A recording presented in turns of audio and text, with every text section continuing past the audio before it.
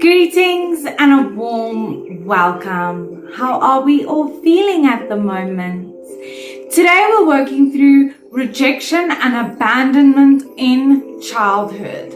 And now, unfortunately, this is something that a lot of people experience by parents, caretakers, family members, just not being good enough, just not being worthy, just not having enough appreciation, unconditional love, unconditional acceptance, and understanding for mistakes and correction of mistakes instead of scolding mistakes. Because when we are little, when we are very, very little, we are like sponges. We soak up everything. And when someone says we are bad, we don't know better. We don't know that we small. We don't know better. We think that what our caretakers and what other people say about us growing up is true. And we form beliefs like this. And rejection and abandonment in childhood causes a load of issues in later life, in later development, in growing, creating new connections, forming relationships. And it's an unfortunate thing that does happen. And it could also be a result of bullying, of prejudice, of people being incompassionate and non-empathic. And it makes you feel less than. It makes you feel like you're not good enough. It makes you feel like there's something wrong with you. Because when we are little and someone tells us, "You stupid, you don't know anything, you're useless," then we learn that we are bad instead of learning that we are imperfect and we make mistakes, and that's okay. And we're meant to learn from our mistakes, not be abused because of them, not be expected to be perfect.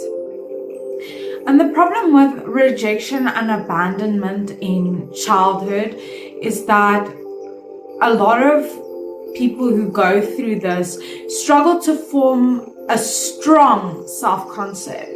So your self-concept is basically how you define yourself. Without your roles, without your labels, without your failures, without your successes. Are you a friendly person? Are you a lovable person? Are you an intellectual person?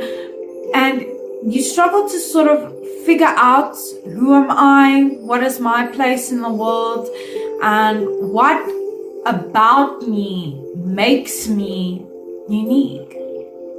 We don't develop this because self-concept is something that should be developed through love and peace and encouragement and empathy.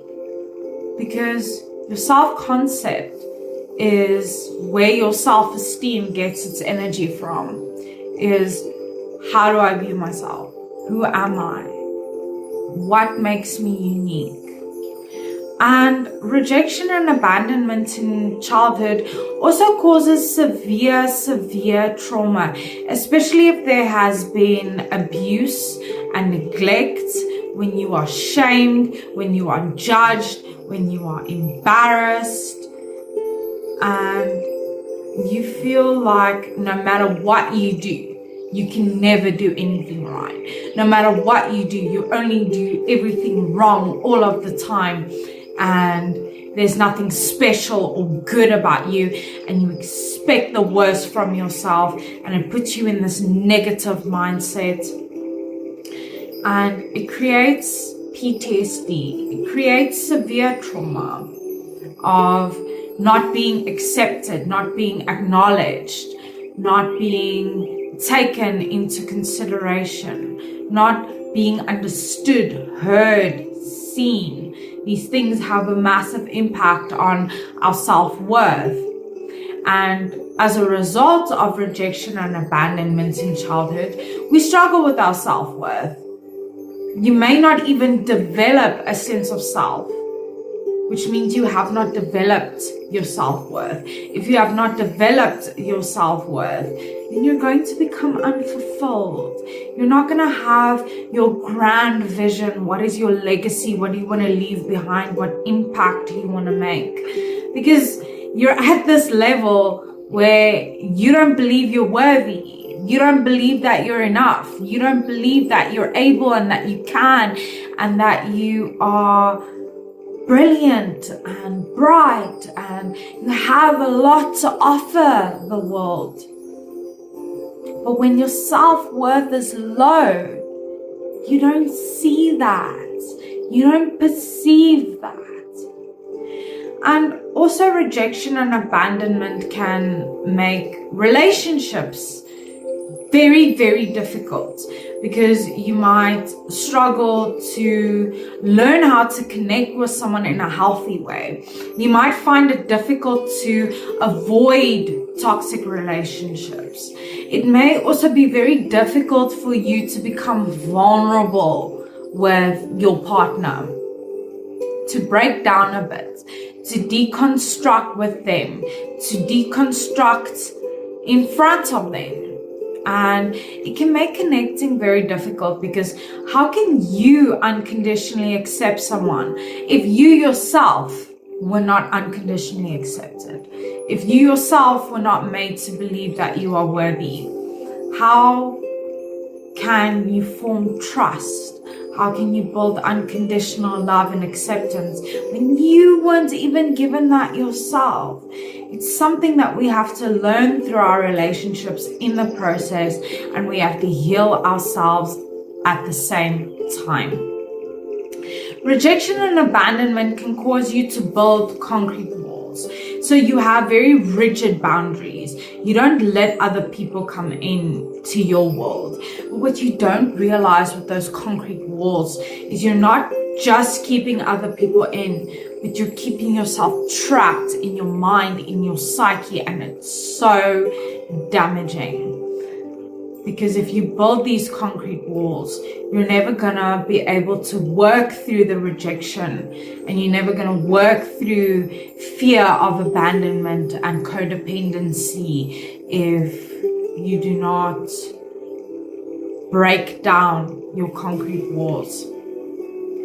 And the problem with the rejection and abandonment is, if you don't deal with it, if you're not working through it, if you're not healing from it, then it causes you to keep oppressing the inner child, that pure part of you, that very essence of you that has been through so much in your life. And you're not showing that part of you love.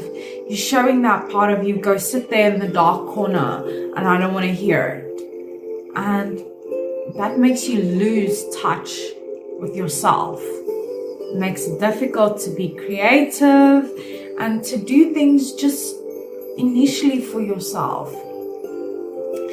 And the sad thing is with rejection and abandonment is children are so receptive to everything that happens around them. It's so difficult to be a perfect caretaker or a perfect parent. You don't have to be perfect. You just need to do your best all the time and minimize the amount of damage with still allowing them to make their own decisions. Because the problem is, when we are little, when we are small, we learn that we are bad when we do something that isn't accepted. We learn that we are bad instead of learning that other people can be hurtful and damaging. We immediately personalize it and take it upon ourselves and see it as a reflection of who we are and our self-worth. And it causes severe issues when you are maintaining or improving or working through things in your relationship, because you are not able to let go of your past and to move on to a better future with that person. And because of those vulnerability issues, because of those fear of abandonment, because of codependency, it can create distance in your relationship and make it very difficult for you to connect. Remember, rejection and abandonment is something that needs to be loved out of you. It's not something that you can just fall into all the time. We have to move past it. We have to break free from our past to create better for us in the future. Rejection, abandonment, shame, judgment, something that we have to work through and something that we have to heal through love. How do you relate? So remember, you are unique and valuable. Take care of that stunning person. Stay strong wherever you're from. You are worthy.